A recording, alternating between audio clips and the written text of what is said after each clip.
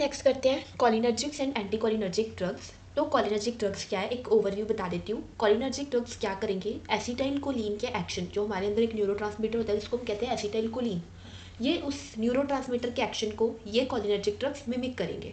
तो करता क्या एसिटाइल कोलिन, ये एक न्यूरोट्रांसमीटर है, क्लियर हो गया। ये पैरासिम्पैथेटिक नर्वस सिस्टम को स्टिमुलेट करता है। पैरासिम्पैथेटिक नर्वस सिस्टम जब स्टिमुलेट होता है तो क्या क्या इफेक्ट होते हैं मैं तुम्हें ये बताती हूँ। सबसे पहले पैरासिम्पैथेटिक का मतलब होता है रेस्ट एंड डाइजेस्ट। ये हमारे ब्रेन में काल्मनेस, रिलैक्सेशन लेके आता है। डाइजेस्ट इसलिए कह रहे हैं क्योंकि ये क्या कर रहा है, हमारे जो जीआई सिक्रीशंस होती है, सलाइवेशन होती है, एसिड सिक्रीशन होती है, उसको इंक्रीज कर देता है और जीआई मोटिलिटी को इंक्रीज कर देता है। दूसरा काम, रेस्ट में ये और क्या कर रहा है, हार्ट रेट को डिक्रीज कर रहा है, बट ये ब्रोंको कंस्ट्रिक्शन कॉज करता है, याद रखना। दूसरा, ये जो प्यूपिल्स होते हैं उनको भी कंस्ट्रिक्ट करता है। तीसरा, ये यूरिनेशन को इम्प्रूव करता है, यूरिनेशन इंड्यूस करता है। यूरिनेशन कैसे इंड्यूस होगी, जब डेट्रूसर मसल्स ब्लैडर है वो कंट्रैक्ट करेगा, पर जो स्फिंक्टर है वो रिलैक्स करेगा तब। इतना क्लियर हो गया। रेस्ट एंड डाइजेस्ट क्या हो रहा है, जो भी मैंने पॉइंट्स बोले उसको पहले लिख के रख लो, नहीं तो जब हम एंटीकोलिनर्जिक्स पढ़ेंगे उसमें ये उल्टा होना है सब कुछ, तुम कंफ्यूज हो जाओगे। तो वीडियो बैक करके पहले जो मैंने भी पॉइंट्स बोले उसको लिख लो। तो कोलिनर्जिक ड्रग्स क्या करें, they stimulates the cholinergic receptors and overall effect क्या आएगा पैरासिम्पैथेटिक नर्वस सिस्टम में, rest and digest, which is opposite of adrenergic action, जो हम आगे पढ़ेंगे एडिनर्जिक ड्रग्स। अब हम आगे करते हैं क्या क्या एक्शन है, जो भी मैंने बोला वो यहाँ से भी तुम नोट कर सकते हो कि ये प्यूपिल मैंने कहा कंस्ट्रिक्शन कॉज करता है, आईओपी को ये डिक्रीज करता है, हार्ट रेट डिक्रीज कर रहा है, रेस्ट करवा रहा है, वेजो डायलेशन कॉज कर रहा है, रेस्ट करवा रहा है, बट ब्रोंको कंस्ट्रिक्शन कॉज करता है, एक ये चीज़ मैंने कही थी, और एक यहाँ पर प्यूपिल कंस्ट्रिक्शन। उसके अलावा जीआईटी सिक्रीशंस को भी इंक्रीज करवाता है, यूरिनेशन इंड्यूस करवाता है, डिट्रूसर मसल्स को कॉन्ट्रैक्ट करके एंड स्फिंक्टर को रिलैक्स करके, एंड जो ये स्वेटिंग सलाइवेशन को भी इंक्रीज करता है, acetyl choline, parasympathetic nervous system. Clear. Types आती है हमारी कोलिनर्जिक ड्रग्स की, कुछ होते हैं डायरेक्ट एक्टिंग कोलिनर्जिक्स, कुछ होते हैं इनडायरेक्ट एक्टिंग कोलिनर्जिक्स। तो पहले तो तुम्हें पता होना चाहिए जो ये कोलिनर्जिक ड्रग्स है फिर किन में देंगे, वो हम आगे इंडिकेशंस वगैरह देखते हैं। जो मेन हमें फार्मा का जो चीज़ पता होनी चाहिए कि कब हमने कोलिनर्जिक ड्रग्स देने हैं। सबसे पहले हम यहाँ पर देखो डायरेक्ट एक्टिंग कोलिनर्जिक्स क्या करते हैं, ये they act directly on the muscarinic और निकोटिनिक रिसेप्टर्स, उन रिसेप्टर्स पे एक्ट करेंगे, एसिटाइल कोलिन को मिमिक करेंगे, पैरासिम्पैथेटिक नर्वस सिस्टम को एक्टिवेट कर देंगे, और जो मैंने अभी अभी इफेक्ट्स बताए हैं वो इफेक्ट्स ये लेकर आएंगे। और ये डायरेक्ट एक्टिंग में ड्रग्स कौन से आते हैं, acetylcholine, bethanechol, pilocarpine and carbachol. Indirecting acting, ये डिफरेंट इनडायरेक्टली एक्ट करे, कैसे, ये क्या करे, वहां पर एसिटाइल कोलिन को मिमिक नहीं करे, ये एसिटाइल कोलिन जो तोड़ने वाला एंजाइम होता है एसिटाइल कोलिनेस्ट्रेस, ये उस एसिटाइल कोलिनेस्ट्रेस को इनहिबिट कर देते हैं। अगर वो नहीं होगा, एसिटाइल कोलिन इनहिबिट नहीं होगा, तो ऑब्वियसली पैरासिम्पैथेटिक नर्वस सिस्टम के जो इफेक्ट होते हैं वो आ जाएंगे, जो हम चाहते हैं। कब चाहते हैं वो हम देखेंगे। तो इसमें आते हैं ड्रग्स नियोऑस्टिजिमिन, एड्रोफोनियम, फिजोस्टिजिमिन। अब देखो मैकेनिज्म ऑफ एक्शन, पहले डायरेक्ट वालों का क्या था। डायरेक्टली ये रिसेप्टर्स पर बाइंड कर गए, नाम क्या था, म्यूस्कैरिनिक और निकोटिनिक रिसेप्टर, एसिटाइल कोलिन को मिमिक किया, पैरासिम्पैथेटिक रिस्पांस एक्टिवेट हो गया, और क्या किया, स्मूथ मसल कंट्रैक्शन, ग्लैंड्स की सिक्रीशन, सलाइवेशन, मायोसिस वगैरह हमने पढ़ी थी, प्यूपिल्स को ये कंस्ट्रिक्ट कर रहे थे, है ना, मायोसिस उसको कहते हैं। और एक ये नहीं हमने वहां पर देखा कि ये स्मूथ मसल्स कॉन्ट्रैक्शन करवाता है, ये भी चीज यहाँ पर इस टेबल में नोट कर लो कि it cause smooth muscles contraction. Indirect वाले क्या करेंगे, हमने देखा एसिटाइल कोलिनेस्ट्रेस एंजाइम को ये इनहिबिट कर देंगे, जिसके कारण एसिटाइल कोलिन का ब्रेक डाउन नहीं होगा, एसिटाइल कोलिन की कंसंट्रेशन इंक्रीज हो जाएगी, जिसके कारण पैरासिम्पैथेटिक स्टिमुलेशन प्रोलॉन्ग्ड रहेगी। तो वो क्या है पैरासिम्पैथेटिक इफेक्ट्स, वो पीछे हमने टेबल में देखे थे ना। अब हम दोनों क्लासिफिकेशन में से एक एक ड्रग करते हैं। इसमें हम पहला करेंगे बीथानिकोल। तो it is from the class direct acting muscarinic receptor agonist. Clear है, म्यूस्कैरिनिक रिसेप्टर्स पे बाइंड करेंगे, उसके एक्शन को मिमिक करेंगे, mechanism of action same. Muscarinic receptors को हम M3 रिसेप्टर्स कहते हैं, उनको इसने स्टिमुलेट किया ब्लैडर एंड जीआईटी में, जिसके कारण क्या हुआ, क्या हो रहा था, detrusor muscles contract and sphincter relax, जिसके कारण यूरिनेशन हो रही थी। और जीआईटी में क्या कर रहा है, गैस्ट्रिक मोटिलिटी एंड टोन को और जीआईटी सिक्रीशंस को इंक्रीज करवा रहा है। तो खुद बताओ, अब इंडिकेट समझ आ गया, पहले बीथानिकोल कर क्या रहा है, क्या कर रहा है, एक तो ये ब्लैडर पे, दूसरा ये जीआईटी पे, बीथानिकोल ब्लैडर और जीआईटी पे एक्ट कर रहा है। अब ये कर क्या रहा है, कब मतलब हम इसको यूज करेंगे, indication post operative and postmortem urinary tension, क्योंकि पर्सन एनेस्थीसिया के असर में है, तो ब्लैडर कई बार क्या होता है वो कंट्रैक्ट नहीं करता और यूरिन पास नहीं होता, तो हम ये ड्रग देते हैं, बीथानिकोल देते हैं, ताकि यूरिनेशन फैसिलिटेट हो। दूसरा न्यूरोजेनिक ब्लैडर, न्यूरोजेनिक ब्लैडर मतलब ब्लैडर पैरालाइज हुआ पड़ा है और टोनी हुई पड़ी है। पोस्ट ऑपरेटिव पैरालिटिक इलियस, इसका क्या मतलब होता है, जो हमारा जीआई ट्रैक है वो पैरालाइज हो गया, उसकी मसल टोन लॉस हो गई है और जिसके कारण जो फूड है आगे एक्सपल्जन नहीं उसकी हो पा रही, तो उसके केस में क्योंकि ये हमारी गैस्ट्रिक मोटिलिटी इंक्रीज करता है तो हम ये इस केस में भी दे सकते हैं। अगर तुम्हें मैकेनिज्म पता है और अगर तुम्हें ये पता है कि वो ड्रग कहाँ पर एक्ट करता है, तुम इंडिकेशंस आराम से लिख कर आ सकते हो। कॉन्ट्रा इंडिकेशंस हमने पढ़ा था ना कि जो इन इसके इफेक्ट्स में एसिटाइलकोलिन के कि ये ब्रोंकोकंस्ट्रिक्शन कॉज करता है। तो अब खुद बताओ, ये ड्रग भी तो एसिटाइलकोलिन को मिमिक ही कर रहा है, तो ये ब्रोंकोकंस्ट्रिक्शन कॉज करेगा, तो अस्थमा एंड सीओपीडी में हम नहीं दे सकते, एयरवे और कंस्ट्रिक्ट हो जाएगा। ब्रेडिकार्डिया हाइपोटेंशन में नहीं देंगे क्योंकि हमने पढ़ा था एसिटाइलकोलिन हार्ट रेट को स्लो डाउन करता है एंड वेजोडाइलेशन कॉज करता है। पैप्टिक अल्सर डिसीज में भी नहीं देंगे क्योंकि हमने पढ़ा था जीआईटी सेक्रेशन ये इंक्रीज करता है, एचसीएल और इंक्रीज हो गया तो पैप्टिक अल्सर्स वर्सन हो जाएंगे। इंटेस्टिनल और यूरिनरी ऑब्स्ट्रक्शन में भी नहीं देंगे। क्यों नहीं देंगे? क्योंकि ये जीआई मोटिलिटी इंक्रीज करता है, जोर जोर से स्पाज्म होगा, ऊपर से ऑब्स्ट्रक्शन हुई पड़ी है तो रप्चर होने के चांसेस ज़्यादा है। एडवर्स इफेक्ट सेम होते हैं, diarrhoea, hypotension, abdominal cramps and all. Indirect acting में हमने पढ़ना है नियोस्टिजमिन। पहले तो इनडायरेक्ट एक्टिंग क्या कर रहे थे, एसिटाइलकोलिनेस्टरेज को इनहिबिट कर रहे थे। तो ये क्लास है reversible acetylcholinesterase inhibitor. Mechanism of action तुम्हें पता है, inhibit acetylcholinesterase, prevent breakdown of acetylcholine. Acetylcholine का level at neuromuscular junction increase हो गया जिसके कारण अब क्या करेगा, enhances the skeletal muscle contraction and other parasympathetic activities जो हमें पता है। तो ये जो है नियोस्टिजमिन बेसिकली ये स्केलेटल मसल कॉन्ट्रैक्शन को इनहेंस करता है। याद रखना, जो पीछे वाला था वो जीआईटी और ब्लैडर पे वर्क कर रहा था और जो नियोस्टिजमिन है बेसिकली ये स्केलेटल मसल्स पे एक्ट कर रहा है, उनकी कंट्रैक्शन को इंक्रीज करवाता है, जो हमने देखा था। इंडिकेशन फिर कब देंगे, मायोसीनिया ग्रेविस। तुम्हें पता है मायोसीनिया ग्रेविस एक ऑटोइम्यून डिसऑर्डर है जिसमें क्या होता है, मसल्स वैसे तो ठीक होती है बट मसल कॉन्ट्रैक्ट नहीं हो पाती एसिटाइलकोलिन की डेफिशिएंसी के कारण ही। तो हम फिर क्या देंगे, क्यों एसिटाइलकोलिन की डेफिशिएंसी हुई है, इसी एंजाइम के कारण, एसिटाइलकोलिनेस्टरेज के कारण। तो हम क्योंकि ये एंजाइम इनहिबिट हो जाएगा तो मायोसीनिया ग्रेविस खुद क्योर हो सकता है। तो हम ये मेन इंडिकेशन तो मायोसीनिया ग्रेविस ही है क्योंकि ये एक ऐसी कंडीशन है, एक ऑटोइम्यून कंडीशन है जिसमें एसिटाइलकोलिन की डेफिशिएंसी हो जाती है। दूसरा है reversal of non depolarising muscle relaxant after surgery. Surgery हमने एनेस्थीसिया दिया हुआ था, मसल रिलैक्सेंट्स दिए हुए थे सर्जरी के दौरान, उसके बाद हम चाहते हैं कि दोबारा मसल टोन आ जाए तो हम ये दे सकते हैं क्योंकि अभी भी मैंने बताया कि पीछे वाले जीआईटी और यूरिनरी ब्लैडर पे एक्ट कर रहा था बट ये वाला मसल रिलैक्सेंट पे मसल्स पे एक्ट कर रहा है, तो इस केस में भी हम दे सकते हैं। फिर इलियस एंड यूरिनरी टेंशन उसमें भी दे सकते हैं, ठीक है। पैरालिटिक इलियस या पोस्ट ऑपरेटिव इलियस, वही जब हमारा जीआई पैरालाइज हुआ पड़ा है due to the effect of anaesthesia, तो उसमें भी दे सकते हैं। क्लियर हो गया? मेन इसमें मसल्स याद रखना।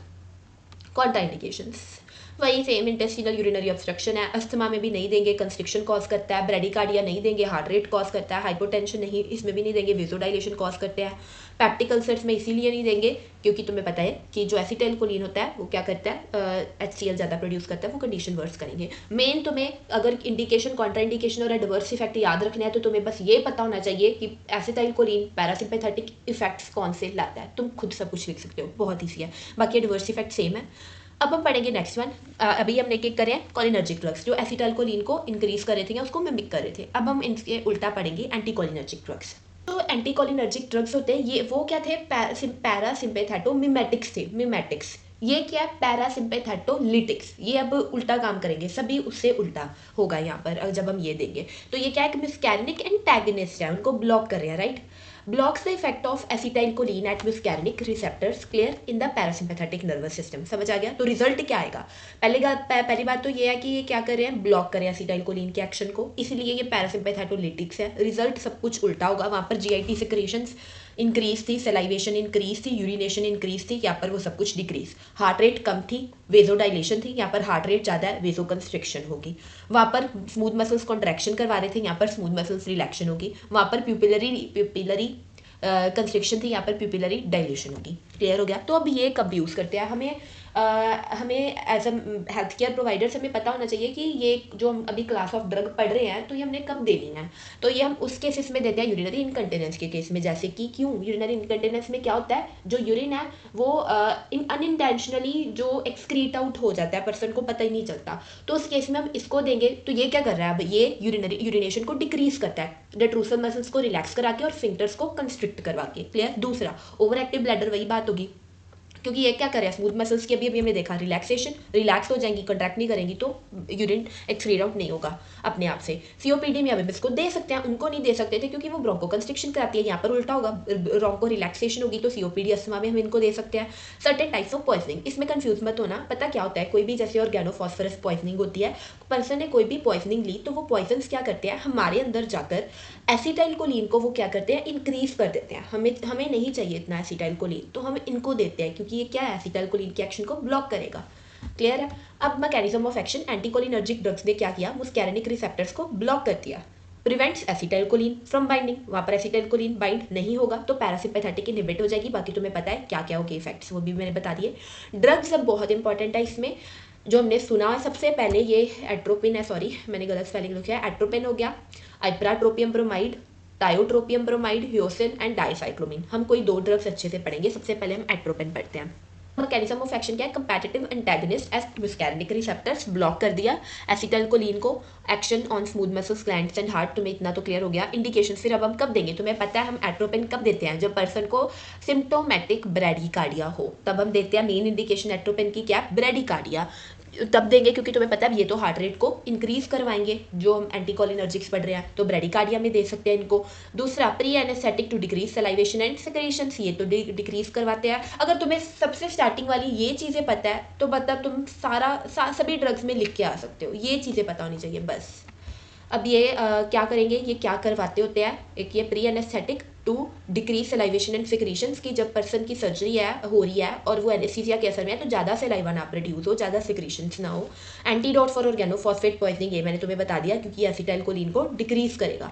मेडियाट्रिक फॉर आई एग्जाम, क्योंकि ये क्या कराता है, मैंने बताया था प्यूपिल रिलैक्सेशन करवाता है, तो वो हमें चाहिए होता है ताकि हम अच्छे से डिटेक्शन कर सके, अच्छे से एनालाइज कर सके। कॉलिनर्जिक ड्रग ओवरडोज, एंटीकोलिनर्जिक्स हम तब भी दे सकते हैं अगर कॉलिनर्जिक्स का ओवरडोज हो गया। कितना एट्रोपिन देना होता है हमने, 0.4 to 0.6 mg IM IV, ये एक अडल्ट डोज है। कॉन्ट्रा इंडिकेशन क्या है, ग्लूकोमा, क्यों, क्योंकि वहाँ पर तुम्हें याद है जो कॉलिनर्जिक से वो क्या करा रहे थे, वेजो डायलेशन, तो ये उल्टा करेंगे, वेजो कंस्ट्रिक्शन कराएंगे तो IOP और इंक्रीज हो जाएगा, तो नहीं दे सकते।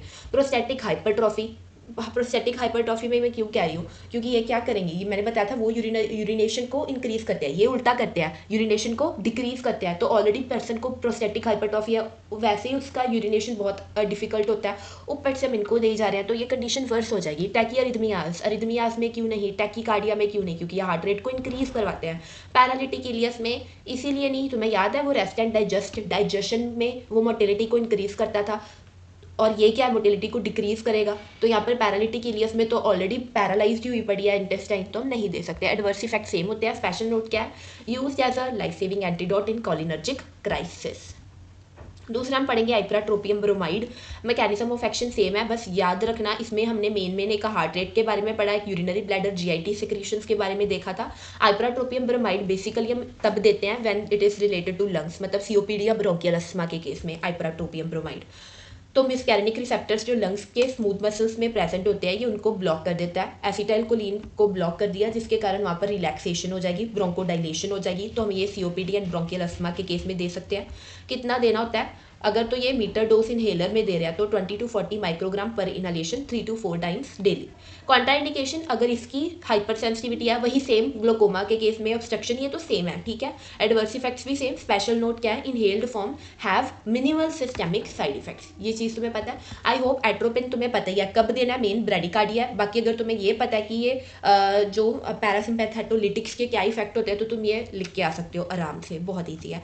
Ipratropium bromide basically it is associated with the lungs, तो ये COPD एंड अस्थमा के साथ तुम लिंक करके आ सकते हो। मेन अब combined indications and Contra indications देख लेते हैं एंटीकोलिनर्जिक्स की। ब्रेडिकार्डिया के केस में हम इनको दे सकते हैं, हार्ट रेट इंक्रीज होगा, प्री एनेस्थेटिक मेडिकेशन हमने देख लिया। COPD अस्थमा में हम आइप्राट्रोपियम टायोट्रोपियम दे सकते हैं। पार्किंसनिज्म, ये बहुत इंपॉर्टेंट इंडिकेशंस है, हम एंटीकोलिनर्जिक्स को पार्किंसनिज्म में इसलिए देते हैं, तुम्हें सबसे पहले पता होगा पार्किंसन डिसीज में क्या होता है, डोपामिन की deficiency. And whenever there is decrease production of dopamine, वहाँ पर जो एसिटाइल कोलिन होता है वो उसको डोमिनेट कर जाता है। एंड एसिटाइल कोलिन तुम्हें पता है क्या करता है, उसके क्या इफेक्ट्स है हमने पीछे जो उससे पहले हमने पढ़े थे। एसिटाइल कोलिन क्या कर रहा था, स्मूथ मसल्स की कॉन्ट्रैक्शन, तो पार्किंसंस के सिम्टम यही लेकर आता है एसिटाइल कोलिन। उसमें क्या करता है, ट्रेमर्स कॉज करता है, स्टिफनेस, रिजिडिटी कॉज करता है, ब्रेडिकाइनेरिया कॉज करता है, क्योंकि ये स्मूथ मसल्स कॉन्ट्रैक्शन करा देता है। तो ये एंटीकोलिनर्जिक्स उल्टा है, एसिटाइल कोलिन को ब्लॉक करेगा तो हम पार्किंसनिज्म में देख सकते हैं। बाकी तुम्हें पता है प्यूपिल dilation, urinary incontinence, contraindication same हमने देख लिया सारी। ये एडवर्स इफेक्ट्स है, ये तुम देख लो सेम ही है।